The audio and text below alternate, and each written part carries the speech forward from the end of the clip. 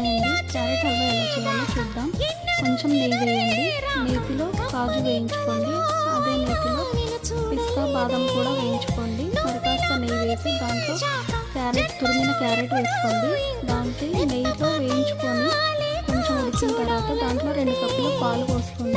2 కప్పులు పాలు పోసుకొని దాంట్లో ఆ పాలల్లో బాగా క్యారెట్ ఉడకనివ్వండి.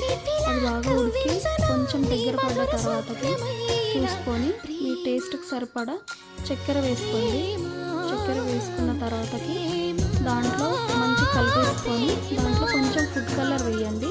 ఫుడ్ కలర్ వేస్తే చూడడానికి చాలా బాగుంటుంది.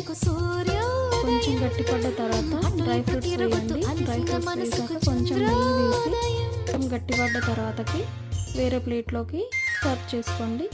చూడడానికి ఎంతో కలర్ఫుల్గా ఉండే క్యారెట్ హల్వా రెడీ. టేస్ట్ చేయండి.